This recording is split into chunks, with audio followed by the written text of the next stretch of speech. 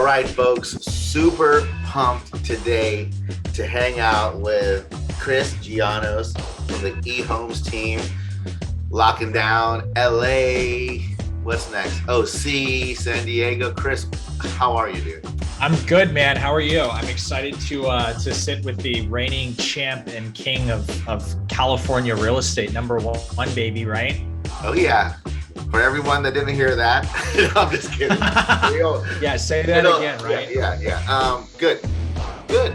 So, it's been the real cool thing about this podcast that gives me opportunity to meet people more and record it and making content and also learn about business. It really keeps me on my toes, and me and you chat on Instagram of all spots. Like, of course, 2021. Yeah, I think you started talking smack to me on Instagram, and a friend. I'm probably not alone in that. I'm sure that's happened to a couple of people, and a couple of people that have been on here with you could probably say the same exact thing. But yeah, some smack was talked, and then it was like, hey, we should probably link up because we have the same kind of idea. So yes. So how's the year been so far as production for the team? So this year I think I've explained this to you before, but I'll go for it again. So with what we've done in a year, my operation, we technically started this team down in Orange County on August 1st of 2020. So we're about a year and 2 weeks in. Since the office opened down here, we've gone from first month we had 4 agents. We're now at about 120. Wow. 120? Yeah, it's like it's been fun, man. We've got a lot of really cool people. It's 118 to be exact. I wish I could say that the catalyst to that growth has been just like how cool I am, right? But that's not even half of it. We've got a really cool partnership with a lot of different websites, Zillow, Open Door, HomeLight, all that good stuff. So we've kind of got some fuel to the fire. But of those agents, we've done year to date in the sense of on a 1 year running scale, 458 transactions, $366 million in production. So it's been an interesting year to say the least. We've broken a lot of shit. And made a lot of mistakes, but figured out a lot of really cool stuff too along the way. Dude, so was it 4 to 120 just Correct. In OC or in the overall operation? That's just in Orange County. Okay, so you have 120 agents just in Orange County. Correct, just in Orange County. How about in Los Angeles? I think there's about 65 or 70 up there. In the Inland Empire. And then we just started making a push down into San Diego. I've got about 12, 15 agents down there now. Dude, the Operation Takeover, Southern California, that's such a good idea with the geography of those big markets. It's funky, dude. I've thought internally a lot about this a lot. Like, hey, what does expansion look like for us, right? Because at the end of the day, sure, you can either go deep or wide, right? And like my philosophy was, we're in one of the most densely populated areas in the country, right? Like greater LA basin. And it's like, why do we have to go geographically a long distance away to do something cool? It's like, no, dude, like let's pop an office up every 20 or 30 miles on the 5 freeway. And it's like going to a different state, right? These markets are so tightly packed, but so different every 20 or 30 miles along the grapevine that it's like there's plenty of room for us to just go in either direction. Wow, that's fascinating. So out of those, you got 320 agents maybe overall? Yeah, I mean, that's really good. It seems like you guys have grown a lot in the last year and a half. Yeah, dude, it's because the way I think about it is the growth. We're catering to a market that is like not your typical, like every broker. I think if you sat down with 10 brokers right now and said, hey, what does your avatar agent look like? They're going to give you like, okay, well, I want people that have been in the business that are doing 10 to 15 transactions annually with a couple $1 million in production. I don't have to do anything for them. They do their job and they pay me, right? Our bread and butter with what we've been looking at, like our avatar, we call it, is agents that have done like 3 to 10 transactions in the last like year or two that are doing on average like 2 to 3, 4 transactions annually, and like not really getting that full momentum we see a lot of the time. and are kind of not struggling, but just kind of trying to find their way in the world, for lack of better words. That's our bread and butter, is those people specifically. And it's been really easy for us to go out and find those people and get those people, because those aren't the types of people that recruiters from Remax are calling on the phone trying to recruit. You know what I mean? Interesting. Interesting that you've thought about that avatar so much. That's what I'm more interested about. Yeah, I mean, in my perspective, it's like you can either be like a jack of all trades, master of none, or like find something really, really tight you want to focus in on and get really, really good at that one thing, right? And what we found is like, it's a little difficult to hire a new agent that doesn't even like know how to use car forms, for example, and say, hey, here's a lead, go show a property and bring it back, and like, let's put this puppy in escrow. It's like you're having to work on a lot more technical of the skill sets, right? Like using car forms, writing an offer, negotiating with a listing agent, blah, blah, blah. But if you can target those agents that are doing, like, they've done at least a couple of transactions, they've had someone else get them at least competent and functional in the skill set, and then turbocharge their business with what we've got and the coaching and lead flow and all that good stuff, it usually works out pretty well in the end. So wow. We thought, when I say we thought about it a lot, it's not like something I brainstormed for 8 hours a day. But it's something that I've thought about and tried to figure out how to better get in front of those people specifically. See, so I think totally different. Yeah. Because I think that there's so many opportunities and success stories that I don't want to segment anything. Yeah. Right? To me, it's more about having different opportunity and training and coaching for every segment. Yeah. Right. So jack of all trades and a master of all of them. Yeah, dude.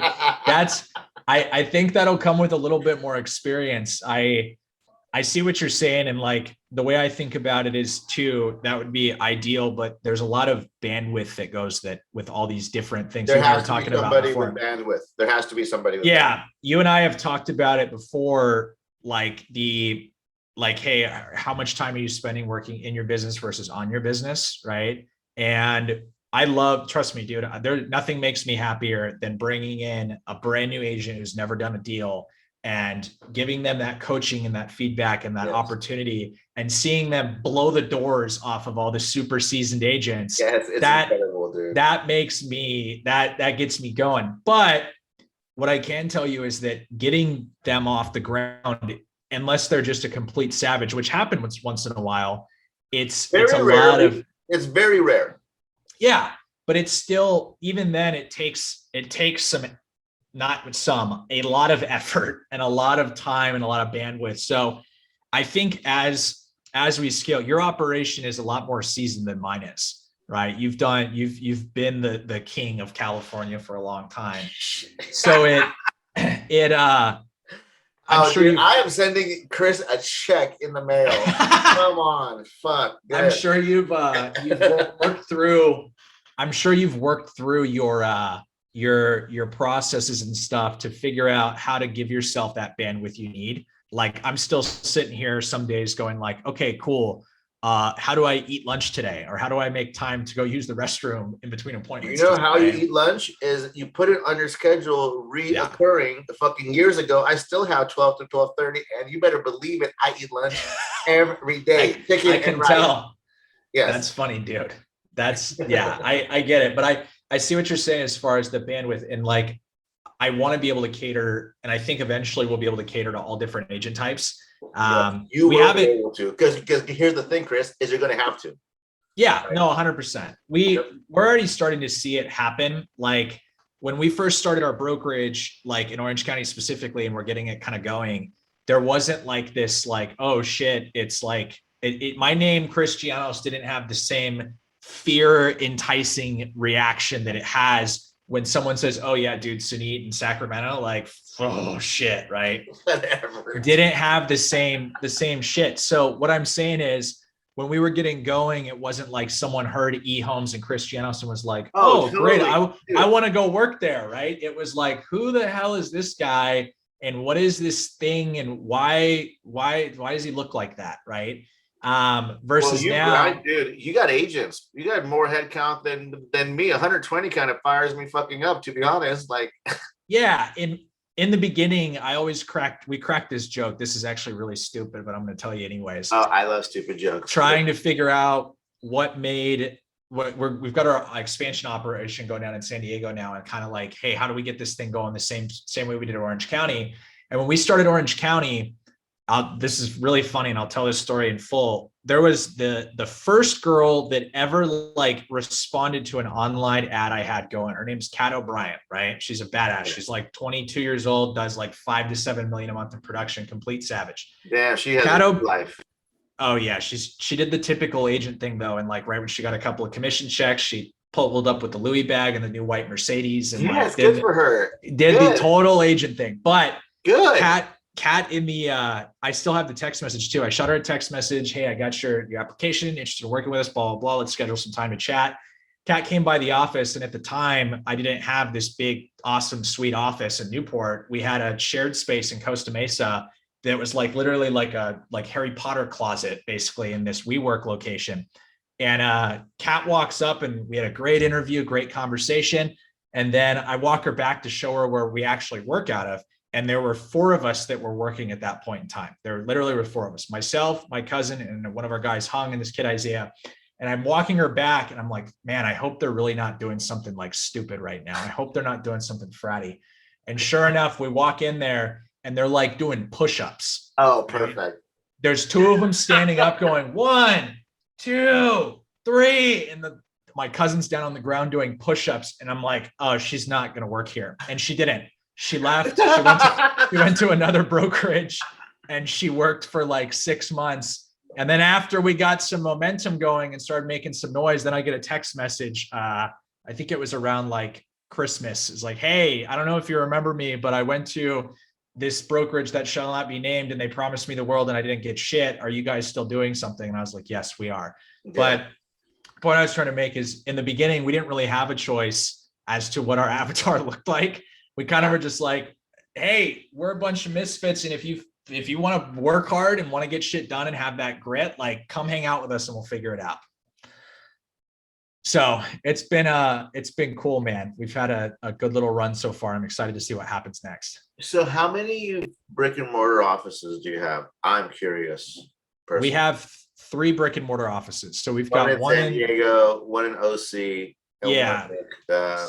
Chino. So up in the Inland Empire, which is like a city right outside of LA. The way we Inland did this Empire, is that like Riverside or something? Kinda. So Riverside is like on the other side. It's like the biggest cities up there are going to be like Rancho Cucamonga, Chino, Ontario. Rancho Cucamonga. Okay. Yeah. I don't know that area, but my little brother used to live in Rancho Cucamonga. I never visited him when he lived there. Good. There's a lot of people. It's a great city. It's fantastic. A lot of really good home sale prices and stuff. But isn't that on Friday part 2? Yeah, it is. Yeah, it is. It's on Friday part 2, and it's on Workaholics. I think that's where they live on Workaholics too. Okay. But Friday part 2. If you haven't seen it, listeners, do yourself a favor. Solid movie. What I was saying was the brick and mortar thing has always been interesting to us, because when you're working with high growth business models like this, I think what we see a lot of happen is like dudes come in and are like, I'm going to open an office, right? I've got a team. I want to build out an office, and they go and sign a lease on an office. And it's like, if you're growing this the right way with all these ancillary partners and opportunities, like you and I have talked about so much, like you better sign up pretty damn big office quickly, right? That lease better be something you can grow into, because what we've done that's really worked beneficial for us and for anyone that's considering expanding is there's a lot of really cool tools out there now through like WeWork and like shared spaces and stuff. So in Orange County specifically, it worked out well. We signed a 6-month lease on like a small shared space office that's fit like 6 or 7 people, right? And the cool thing about these shared spaces is the lease terms are flexible. So if you need to grow and agents are actually coming into the office, which like I preach big time, is like them actually showing up. We grew to where we had like 30 or 40 seats in this WeWork space. And sure, we were paying a premium for it. It wasn't like it was the same price as a small little office or something, but it gave us that flexibility when we were growing to get profitable, to figure that whole thing out. And then at scale, we were like, okay, cool. Now we can go sign a $10,000 a month lease and feel good about it. You know what I mean? That's smart. Because dude, I'm considering it, like, right. Like, and I'm really glad. Do you find that like when expanding that having a brick and mortar is important? Absolutely, like paramount, right? Really? That's so interesting. The the thing that I've got a lot of friends in this space, right? Like a lot of people that I know and trust in the real estate space specifically. And what I've learned is that like expansion either goes really well or it goes really, really bad quickly, right? And I think that it's because people have this assumption. You and I might not have this assumption, but I think a lot of people do that might not have scaled a big team or something where they think, oh, it's as simple as hiring agents and giving them a bunch of leads, right? Like if it was that easy, I would be retired right now on an island somewhere because I wouldn't have to work my business or my operation anymore, right? So what I'm seeing is that like expansion specifically, key things is like from what I've learned from watching other people fail with it essentially are you need to be boots on the ground, right? And what I mean by that is like for San Diego specifically, I'm down there like 2 or 3 days a week right now, right? Wow. I mob down there. It takes me 45 minutes to get from my house in Newport down there in the mornings, hit the toll road. It's super quick. But being physically present in the office, because I want those agents I hired to be there in the office, right? Like going through it, not just, oh, I'm sitting on my couch and I'm going to take a lead and think I'm going to give them a really high level of service from my couch watching Family Guy, right? Fascinating. So getting in the office a little bit, trying to be boots on the ground. And then it helps too, doing interviews and stuff and actually finding talent saying like, hey, this is where we lay our head, right? Versus, hey, I'm here, but I'm going to open an operation down here. And all it's going to be is just a Zoom connection that you and I have. It's like, no. We have a place where you guys can come, right? So that's exactly what we did down there. We've got a shared space down there that we're using. Oh, in San Diego. Yeah, Carlsbad. It's dinky and it's kind of expensive, but it is what it is. Fascinating. So you like, because I got a big ass office. I got two of them, and I was there last week, a couple weeks ago, and I was the only person on either side. And I said, "Oh, this sucks." But I have a lot of staff too, and just so happened that no one was there that day, right? But I try and create an environment, right? Because like my background, I think something that's helped me along the way is my background is not in like I haven't been a real estate agent for forever, right? Sure. I just had to renew my license for the first time yesterday, right? My license expired for the first time yesterday. My background was congratulations. I know, stupid, right? I didn't realize that I had to pay $250 just to renew it. Like literally here, click this and it's $250 hit my Amex. What I was going was my background is in like tech. I worked for a tech company. I worked at Zillow for 5 years before I got into the space, right? So that expectation was like salespeople show up, right? You're in the office. Well, that's how they used to be, not anymore. But not anymore. It's all remote now, right? But it's one of those things where like that was the environment that I was kind of born and bred into. So it's naturally kind of segued, and it comes back to that avatar, right? Like super seasoned agent that's been in the business for 20 years. That guy doesn't need to, nor does he want to show up to the office. That guy's figured it out, right? He can do his 10, 15, 20 transactions annually from his house in his boxer shorts. And he loves that, right? And he's got the flexibility and stuff. Whereas the avatar that I'm after, they don't have that lifestyle bred into them yet. And they're going, oh yeah, dude, I want to be a part of something. So like in my office most days in Newport, it's not like I have 100 people showing up here every day. I wish I had that problem, but there's like 20, 25 people in the office most days. Wow. Good. Like good vibe, good momentum, good energy. And I'm starting to notice as time goes on, more and more people are showing up because they'll get something out of it, right? You learn by immersion. It's not just like, oh, I go into the office, there's no one there. It's like, no, you go into the office, there's a bunch of people all on the same mission as you are. Yeah. Right? Which is like kill. So I agree. That's helped out a little bit. Dude, that's so insightful. Yeah, I don't know. That's so insightful. I love seeing different people's perspectives. Yeah, it sounds tedious, and like with all the COVID craziness going on too and stuff, like I don't have like a packed office with a bunch of people like sardines and shit, right? Yeah. But it creates an environment too where you were talking about earlier, like bandwidth, right? If you're a team leader and you've got a team of 15 or 20 people that are all really talented, right? And They're all really talented? let's say you've got a team. Let me rephrase my statement. Let's say you've got a team of 40 and 10 or 15 of them are really talented, right? And you're hiring these newer agents that take a little bit more bandwidth, like you and I were speaking about. I might not have to give as much bandwidth as a team leader if I've got an office full of people, where if someone has one of those, hey Chris, or hey Suneet questions that we get all the time, right? I'm sure you get those just as regularly as I do.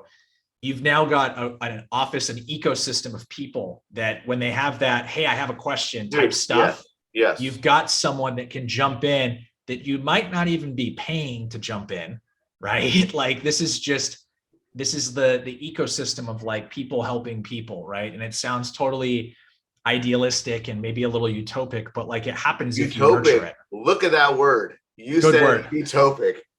Dude. I get that one thrown at me a little bit. Like if we lived in fucking fairyland, it would be all fine and dandy, but it's not fairyland all the time. But you see what I'm saying? No, dude, I agree. Yeah, I mean, the location of my office is in a corner. You have to get through a bunch of people. Yeah, you give yourself that wall. Like, and the last person is the office manager, and she knows, like, hey, nobody gets past.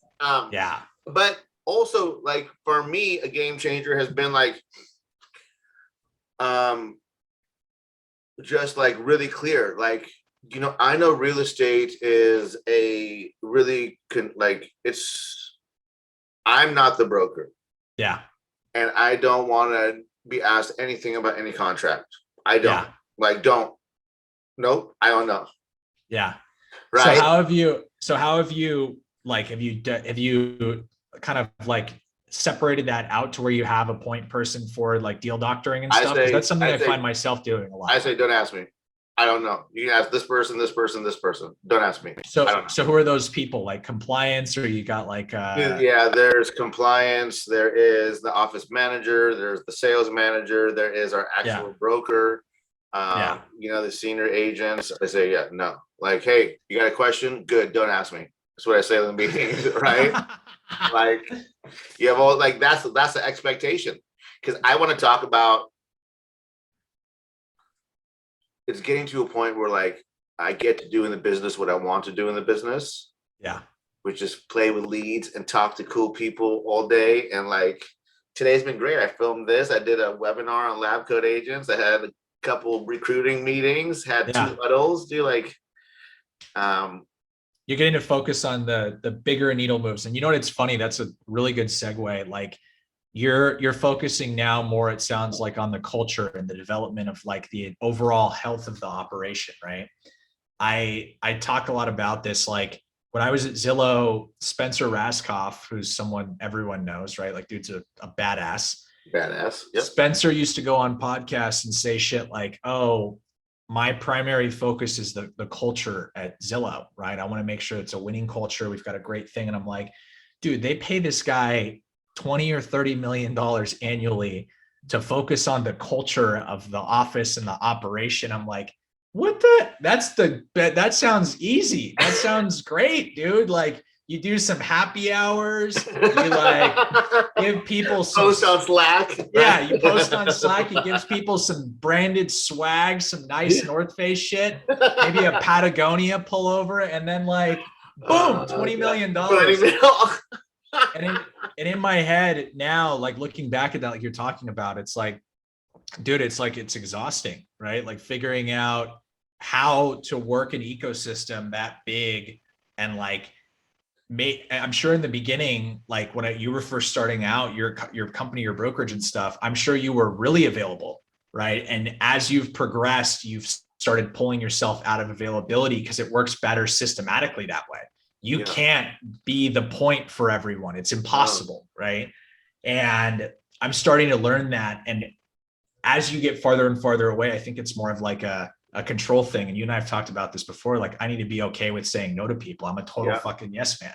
I say yes to, I want to help everybody. And it's almost a disservice saying yes to everybody than it is like actually a good thing. You know what I mean? Yeah. Like, dude, like, you know, that all comes down to people. And I know it sucks, but you gotta have, I mean, the whole thing is people. You gotta have really good people.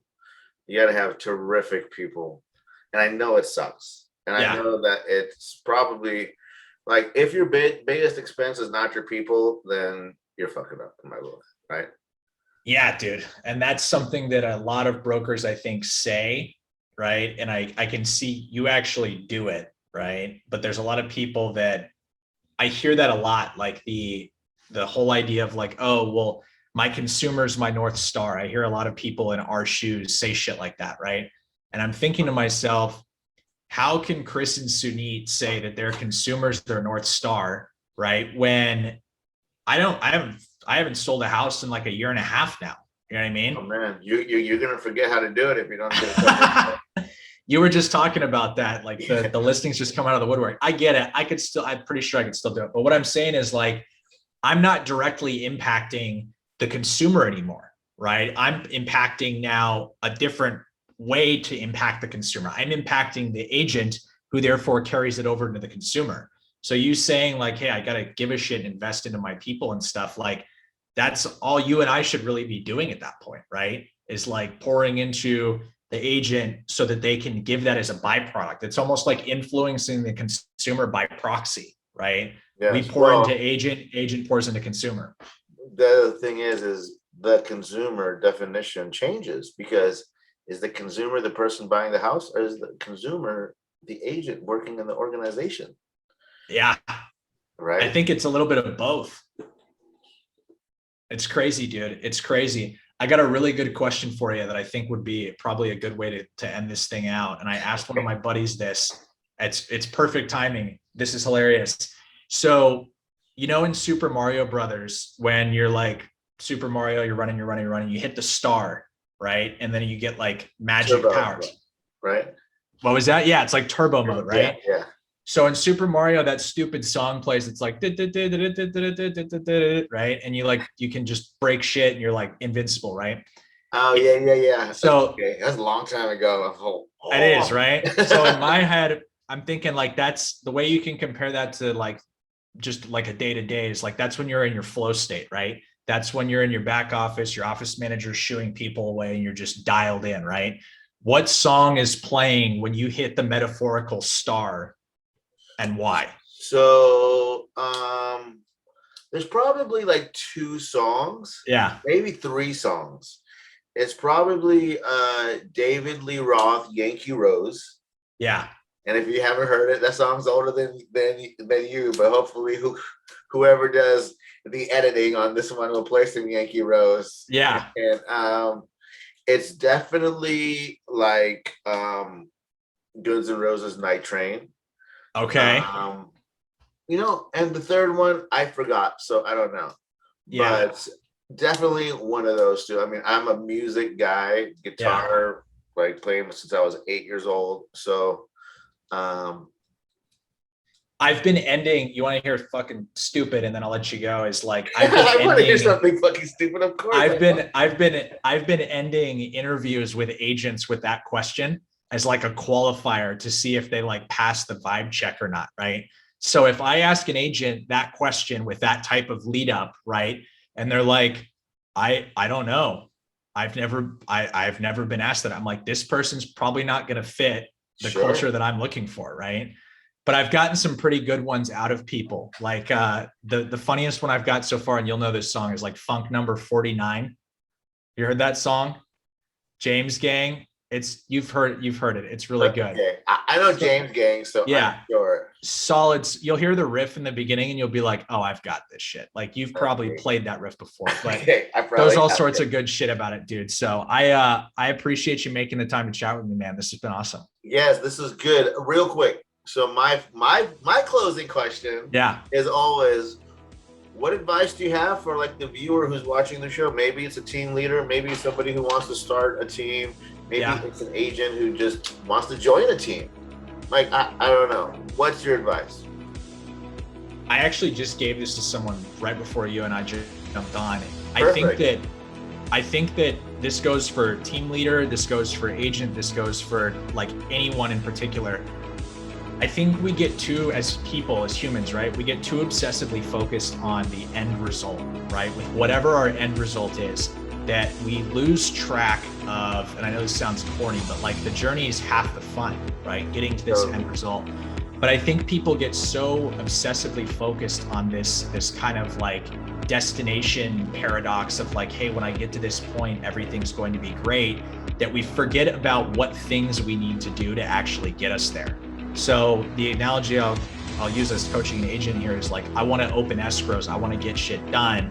And I'm like, dude, start with the smallest controllable thing that you can do to get to where you want to be, right? He's like, I want to open 3 deals this month. I go, okay, great.